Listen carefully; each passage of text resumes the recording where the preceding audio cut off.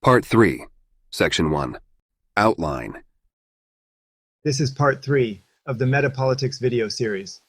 In part 1 of this video series, we discussed the political vision of Vivek Ramaswamy from the perspective of Jonathan Haidt. Ramaswamy says, climate change agenda is a hoax. However, according to Yuval Noah Harari, who was discussed in part 2, climate change is one of the 3 existential threats. In this video, we discuss this topic from the perspective of metamodernism. The definition of metamodernism will be discussed later. This figure was discussed in the previous video. On the metamodern level, centricity is meta-world-centric, morality is meta-conventional, and cognitive ability is meta-logic. As already discussed in the previous video, major periods of time of human history can be divided into 3 tiers. In first tier, people tend to fight against the ideologies of other levels. However, from the second tier, which is the metamodern level, the perspectives of all previous levels are integrated into one unified perspective. This unified perspective will be used to analyze the climate change issue. Judith Curry. Judith Curry is the author of a book, Climate Uncertainty and Risk, Rethinking Our Response. She has the perspective of metamodernism. In this video, we will analyze the political vision of Vivek Ramaswamy from the perspective of Judith Curry. She was a climate change alarmist, but she changed her position. When she was still a climate change alarmist, she co-authored a paper about the link between global hurricane intensity and global warming. In the paper, we analyzed global hurricane intensity since 1970, and we found that the percent of Category 4 and 5 hurricanes had doubled over that period. Okay, we didn't really blame it on global warming. We just put it out there. Here's what the data says. And so this was picked up by the media, as a global warming catastrophe.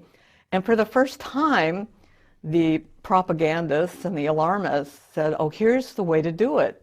Tie extreme weather events to global warming. Okay, it was very hard for people to say, well, 1 or 2 or even 4 degrees, who cares? People couldn't really relate to why we should even care about that much warming. Just from day to day and day to night, the temperature changes by more than that.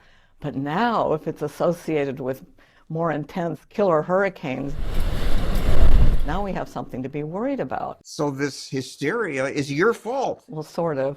Not really. They would have picked up on it anyways, but I was there right at the beginning of this hysteria. And this is the point when I entered the public debate on climate change. Of the 4 co-authors, I was the one who was most familiar with the climate change debate. And so I became the spokesperson for the team on, climate change issues. And, I was adopted by the environmental advocacy groups and the alarmists, and I was treated like a rock star. What does that mean, treated like a rock star? Oh my God, I was flown all over the place to give, to meet with politicians and to give these talks and whatever, and lots of media attention and this, that, and the other. So I was demonized by the people on the other side, What do you mean the other side? The people who didn't like the whole idea of global warming, didn't buy it, didn't think we needed to reduce fossil fuels. So after a few months of this, scientists were criticizing our study. Okay, well, the data wasn't any good in the 70s and 80s, and oh, this is natural variability. And so like a good scientist, I went in and investigated all that stuff. Oh gosh, the data's no good in the 1970s, I better check that out. So I was taking these criticisms very seriously, and in all honesty, there were a lot of stupid criticisms, but in all honesty, a few of them stuck. Like the data wasn't any good in the 1970s. And I was really reflecting on all this. And so I started, I need to learn about all these other things. So I started learning broadly about the whole thing, not just, going beyond my own personal research expertise. And then when ClimateGate struck, ClimateGate threatens to overshadow the work ahead. And this was in 2009, with the unauthorized release of the emails from the University of East Anglia, if you remember this, by IPCC authors. And it showed a lot of really ugly things, avoiding Freedom of Information Act requests, trying to keep data out of the hands of people who were questioning their results, and bullying, trying to get journal editors fired from their job, trying to bypass the rules of the IPCC, and on, all this skullduggery. And I thought, and then it clicked in my head. It says, well, I can't take their word for it. You know, if this is what goes on behind the scenes of the IPCC, all this skullduggery and bullying and cherry picking and trying to keep these papers who challenge what you want the message to be, you know, out of the literature and out of the IPCC. I can't trust the IPCC. So what did ClimateGate have to, that's one university, what the IPCC is bigger. It's okay, but they were emailing all the other IPCC authors all over the world. You have to understand the origins of all this. The origins go back to the 1980s, and the UN Environmental Program had this big environmental agenda, anti-capitalism. They hated the oil companies, and they seized on the climate change issue as one to move their policies along. The 1992 Climate Treaty of the UN to prevent dangerous anthropogenic climate change. 196 countries, including the US, signed this. This was in 1992, before there was any evidence that humans were impacting the climate, and they went ahead with this treaty. So you can see that the policy cart was way out in front of the scientific horse from the very beginning. So the IPCC's mandate was to look for dangerous human-caused climate change. The IPCC wasn't supposed to focus on any benefits of warming. They weren't supposed to focus on natural climate variability. They were just supposed to look for the signal of dangerous human-caused climate change. As described by Curry, IPCC focuses only on human-caused climate change. That is, it has marginalized research on natural climate change. In this way, we are not able to know to what extent human-caused climate change dominates over natural climate change. Also, IPCC ignores the benefit of warming. Okay, that was their mandate. Okay, so, and then the national funding agencies directed all the funding in the field to look for dangerous human-caused climate change. So anybody who wanted... If you're a scientist and you say, well, we don't know that this is a problem, you don't get funded. If you say we're all going to die and we got to spend a ton of money on this, you get funding. If you say we don't know, you don't get funding. Okay, we're looking at how global warming is changing water resources in the United States. If you come in saying, well, I don't see that there's any reason to think that fossil fuel emissions are changing water resources, and I'm going to go at this in such and such a way, you're probably not going to get funded. I mean, this is all part of cancel culture. And I think the climate scientists might have invented cancel culture, because we were the first ones who were really out there doing this, you know, even 20 years ago, whereas in other fields it's a lot more recent. The announcements of opportunity for funding are really tied to assuming that there are dangerous impacts. All the big center and institute fundings was going to people who were establishing these programs to support dangerous human-caused climate change, mostly the impacts, not even, you know, looking at the causes of all this. Why? There's a couple of things in play. You know, once this whole thing was in motion, if you wanted to advance in your career, like be at a prestigious university, get a big salary, have big laboratory space, get lots of grant funding, be director of an institute, get big awards by professional societies, well, there was clearly one path to go. Because of freedom of speech issues, she resigned her tenured faculty position at the Georgia Institute of Technology. I could have made a lot more money at Georgia Tech, but that's not who I am. My personal and professional integrity would not allow me to play that game. Part 3, Section 2, The Mainstream Narrative. First, we will briefly discuss the mainstream narrative of climate change. As illustrated in this figure, the average global surface temperature of the Earth has increased by 1 degree Celsius since 1880. This increase in the temperature is mainly caused by the increase in CO2 concentration. Almost all scientists agree with this statement. Vivek Ramaswamy also agrees with it. Then, what are disagreements? There are some disagreements about the future scenarios predicted by the United Nations. Judith Curry, talks about the UN prediction in the following way. UN predictions. Okay, now this is where it gets interesting. So exactly what is the UN predicting? Well, over the last 2 years, the IPCC, the UN Climate Assessment Team, has published a series of reports. And they put out a range of projections for the 21st century that are tied to how much greenhouse gases, CO2, that we emit in the atmosphere. And there's some alarming predictions tied to the extreme emissions scenario. In these IPCC reports, they really emphasize the simulations from the extreme emissions scenario. It's more than half of what they talk about in these reports is tied to the extreme emissions scenario. Well, in 2021, the UN climate negotiators dropped the extreme emissions scenario, and they're working off of the medium emissions scenario as a baseline. And right now we're tracking slightly below the medium emissions scenario. And so this gives a much more moderate amount of warming than the extreme emissions scenario. Even the Biden administration just issued a new report on the social cost of carbon. The extreme emissions scenario is nowhere to be found. So you can see that the climate scientists are so addicted to the extreme emissions scenario. Why did the UN drop it? Because the economists say, look, this is so not happening. You know, in order for the extreme emissions scenario to happen, we'd have to increase our use of coal by 6 times, which is, some have estimated that's more than the known recoverable reserves of coal. I mean, this is just not the path that we're on. I mean, it's just totally unrealistic. In order to get to the extreme emissions scenario, you have to make crazily unrealistic assumptions. And the UN climate negotiators, okay, well, we need to get real here, to their credit. Well, don't give them too much credit, but they get credit for that one thing. But the climate scientists remain addicted to that scenario. As described by Curry, IPCC dropped the extreme scenario. However, UNFCCC used a new tactic. Note: The United Nations founded the IPCC and UNFCCC.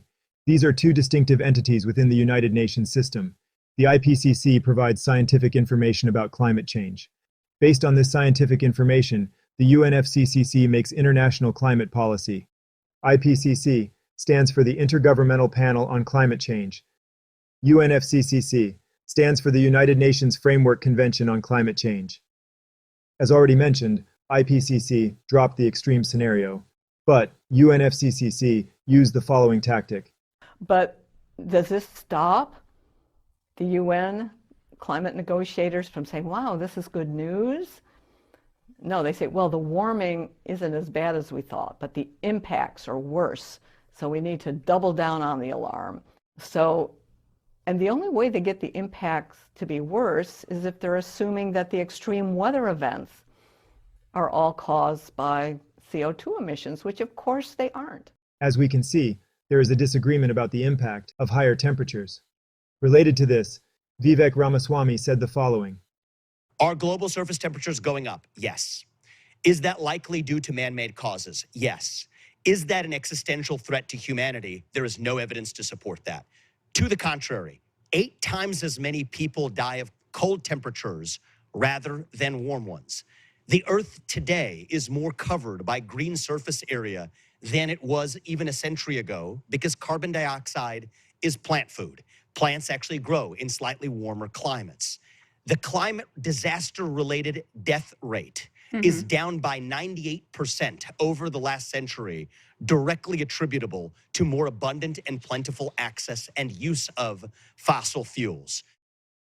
In terms of lives lost, I mean, over the past 100 years, the number of lives lost from extreme weather or droughts or whatever has dropped by 97%. It's a paltry sum. 97%. More people are living with slightly warmer temperatures.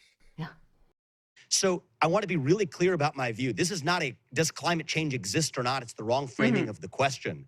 The question is, what impacts human prosperity, human flourishing in a world in which there are net positive and net negative effects of climate, but also net positive and net negative effects of the use of fossil fuels. So we need to solve our real problems rather than trying to solve fake problems. Part 3, Section 3, Mitigation versus Adaptation. There was a conversation between Ramaswamy and a climate change alarmist. More greenhouse gases will be released into the atmosphere, and it'll be a positive cycle. Basically, more ice will melt, and more greenhouse gases will be released. Well, a couple of things there. Sure, go ahead. So the rate of increase of carbon dioxide, the rate of increase actually hits an asymptote because carbon dioxide is plant food. So there's actually more green surface area coverage today than there was a century ago. That a little bit of warming is on net event. Judith Curry said the following. The IPCC assessment reports do not support the concept of imminent global catastrophe associated with global warming. However, a minority of scientists, some very vocal, believe that catastrophic scenarios are more realistic than the IPCC's likely scenarios. There is also a very vocal contingent among journalists and politicians that supports the catastrophe narrative.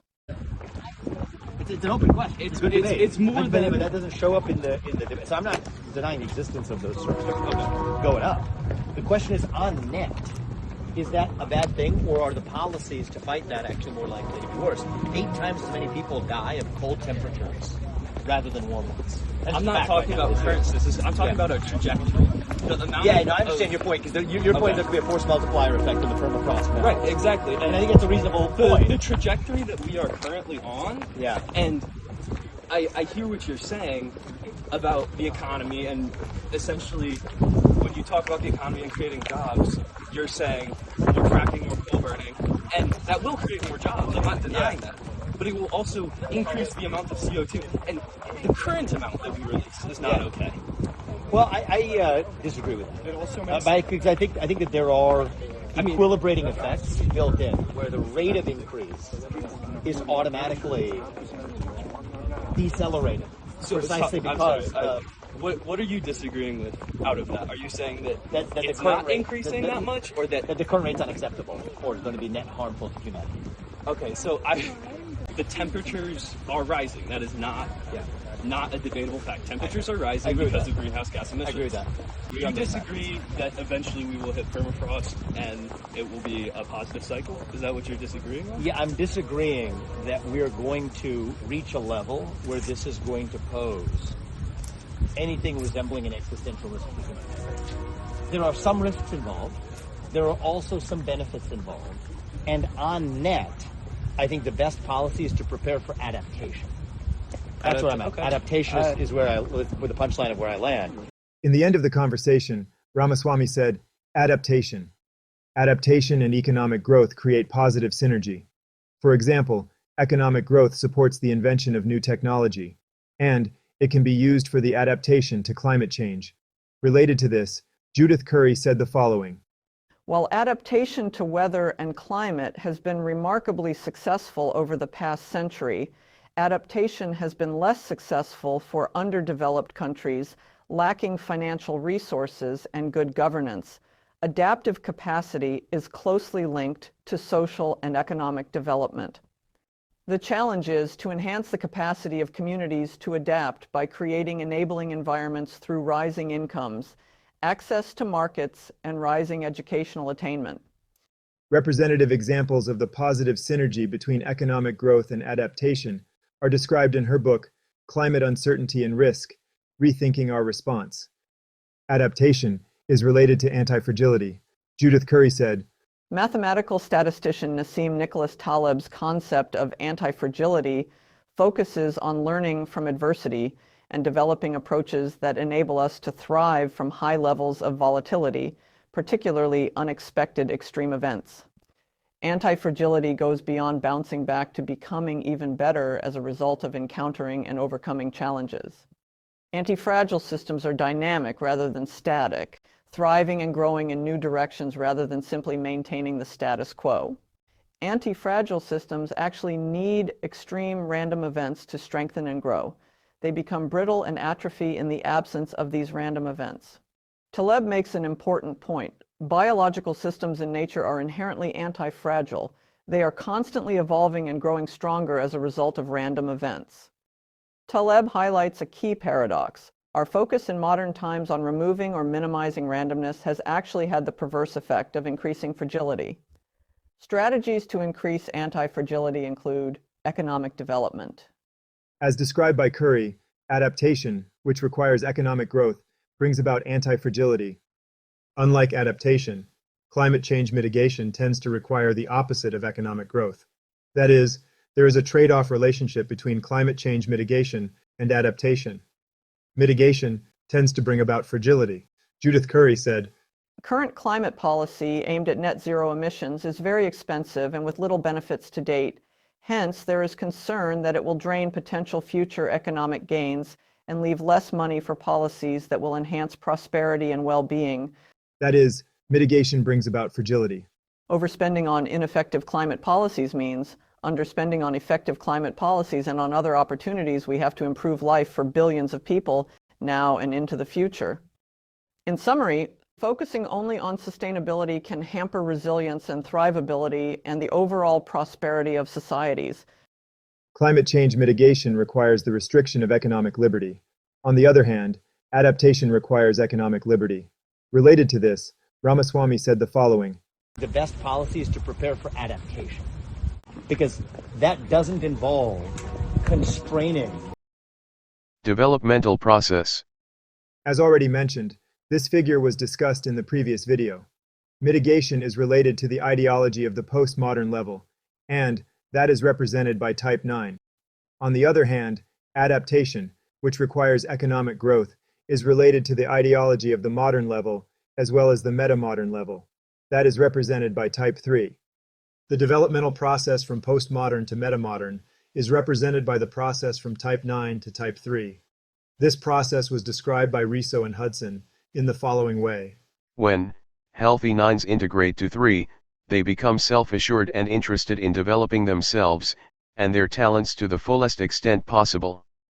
They no longer fear change, becoming more flexible and adaptable. Part 3, Section 4, Metamodern Solutions. In the metamodern era, metacrises tend to emerge. The term metacrisis is used to describe a situation where multiple problems are interconnected to create a complex situation. Complexity is the essence of metacrisis, and it brings about uncertainty and unpredictability. Therefore, a metacrisis is difficult to manage. The climate change issue can be seen as a metacrisis. The climate change metacrisis is the crisis which emerges from the misunderstanding about the climate change issue. That is, climate change itself is not a crisis. Related to this, Curry said the following. The misidentification of climate change as a crisis and the ensuing precautionary mandate to rapidly eliminate the use of fossil fuels is creating new risks. The misidentification of climate change stems from the complexity of the problem. According to Curry, the complexity of the climate change issue can be categorized as follows. 1. Whether and to what extent CO2 and other human-caused emissions have dominated over natural climate variability as the cause of the recent warming. The category 1 is related to climate reductionism. In climate reductionism, the climate change issue became a grand narrative in which human-caused climate change is considered to be a dominant cause of societal problems. In this narrative, natural climate change is eliminated from the public discussion.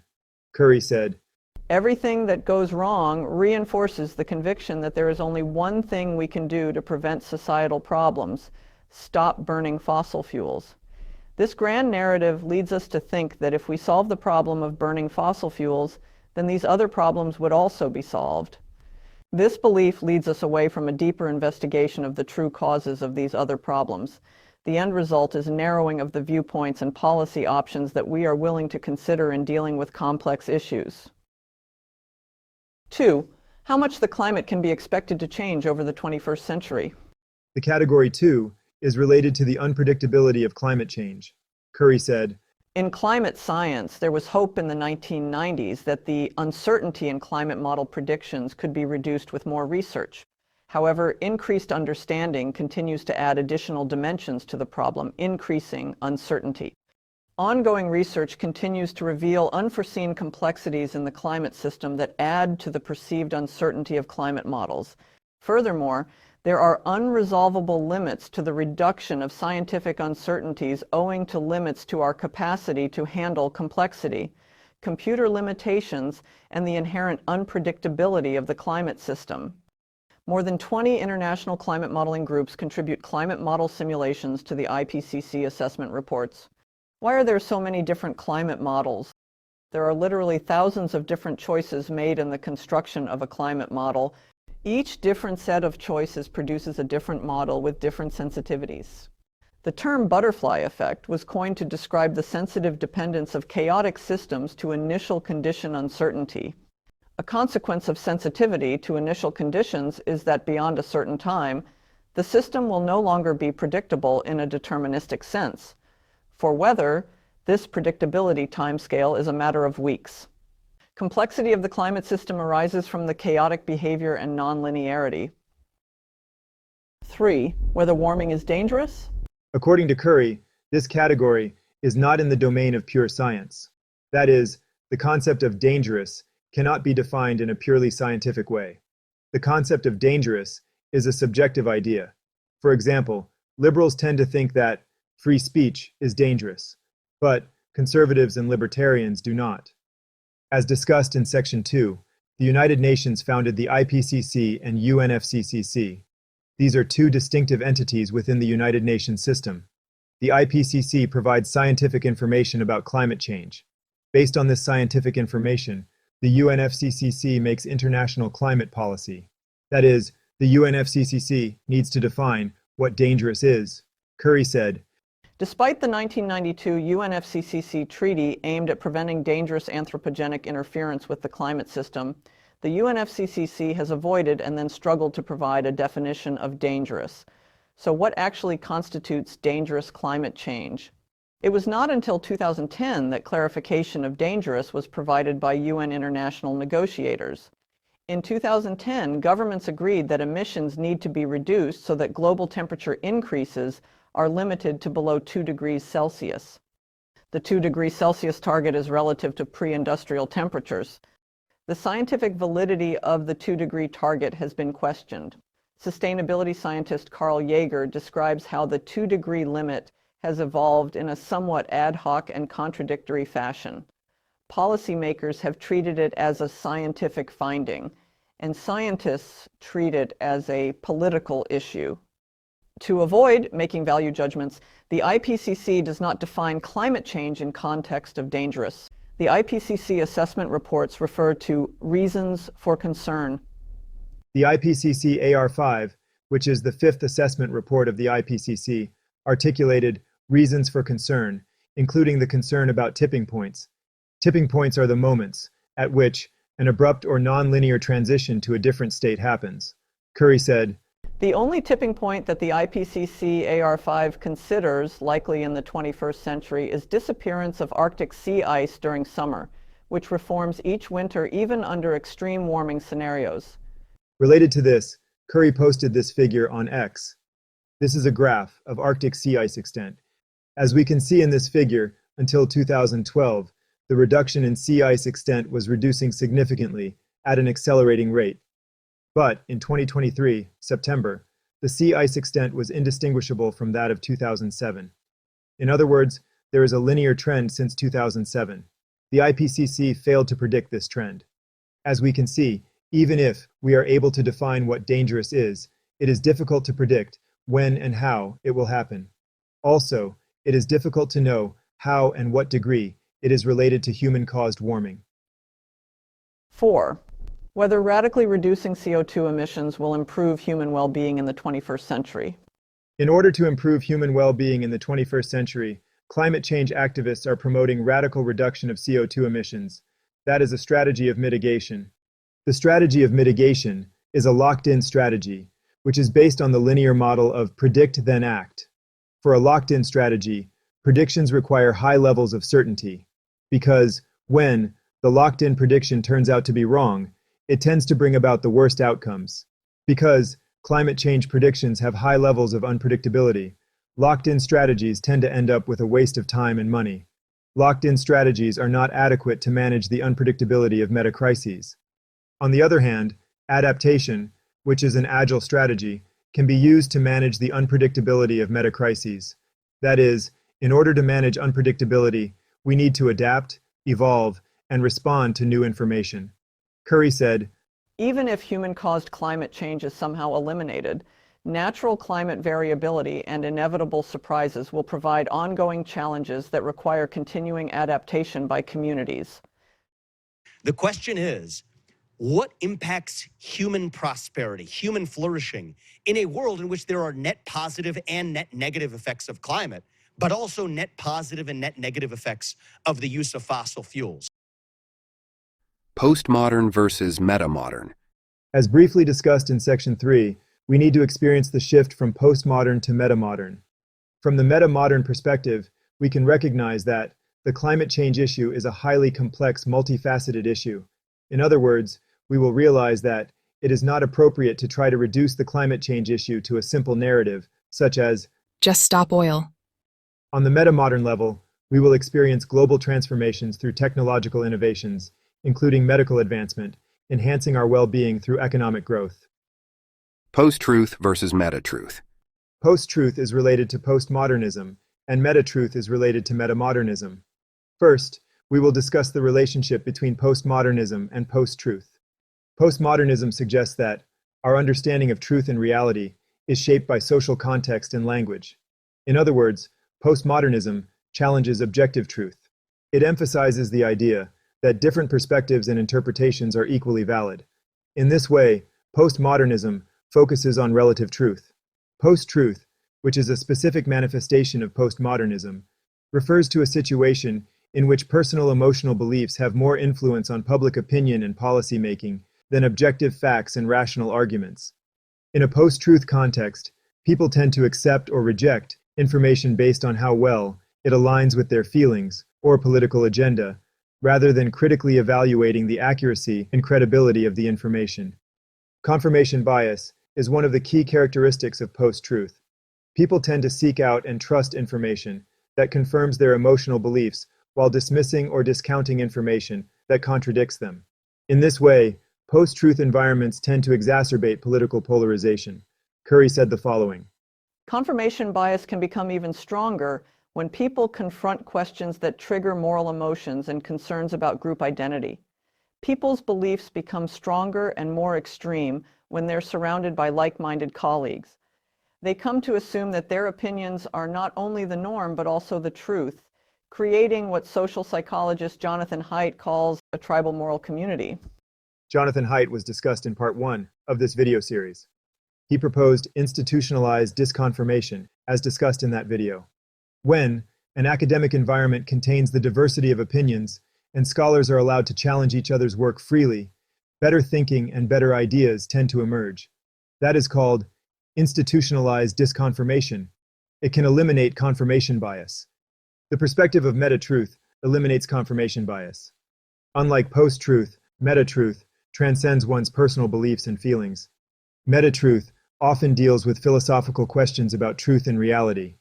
In essence, the meta-truth perspective brings about the openness to thinking. This open framework of thinking can be applied to the climate change problem.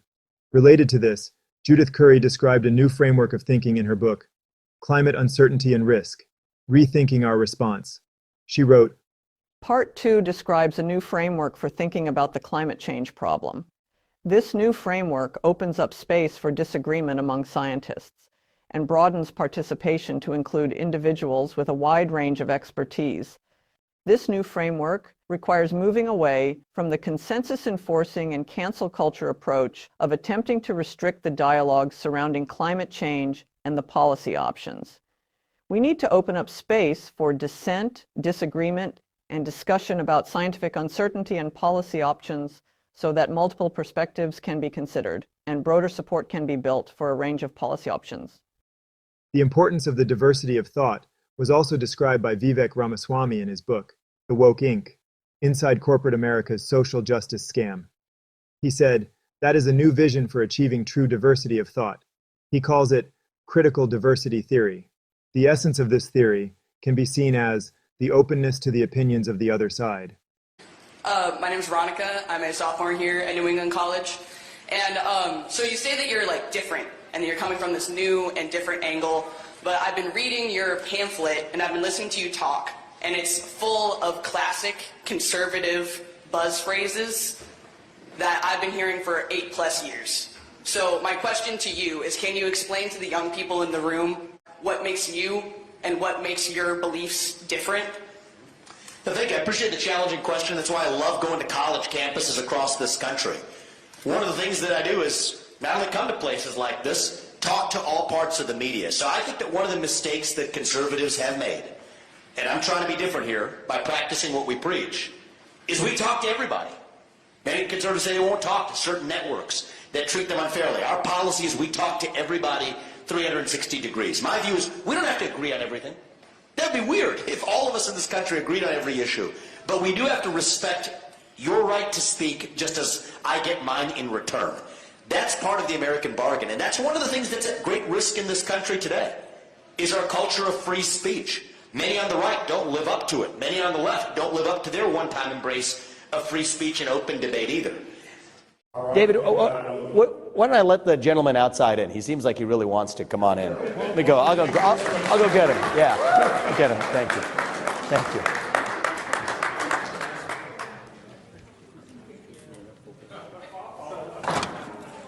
Hi there. What's your name? Gabe. Yeah, get the door. Yeah, get the door. I didn't mean to. Scared me. What's your name? No, I was just going to invite you in. I didn't expect them to come. What's your name? My name is Gabe. And are you a student here? I am. We actually spoke. We did? Yeah, I answered the gun question before. Oh, you did? Okay. Yeah. Would you like to come in and join us? Because I noticed you've been very vocal for this. We want to come in? You're welcome. You don't have to. All my stuff is out here, and it's about to rain. Yeah, bring it on in. You don't have to be. I just wanted you to know that you don't have to be outside. You're allowed in. Okay. I was actually told that I couldn't bring signs in before. Well, so. you know what? I'll have something to do with that. So you can bring in signs if you want, but who needs the signs when you have your own voice? Come on in and we'll even give you a chance to ask a question just like everybody else. Does that work for you? Because we've been hearing you from outside, but we might as well. I'm glad. I thought if we're going to hear you from outside, we might as well hear you inside. So come on in, man. I've been outside of rooms I've tried to get into before. That's been frustrating. Yeah. So, you know. Freedom of speech is needed for finding truth. And the truth for Ramaswamy is not post-truth, but meta-truth. Also, his presidential campaign slogan is truth.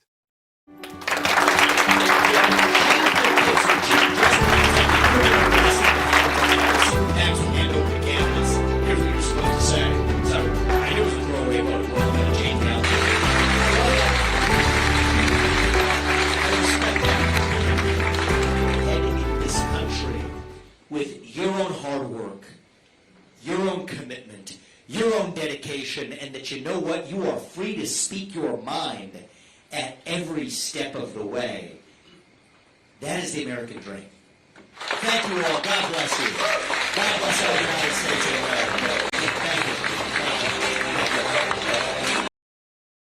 This is the end of part 3 of Metapolitics. In the next video, we will further discuss metapolitics.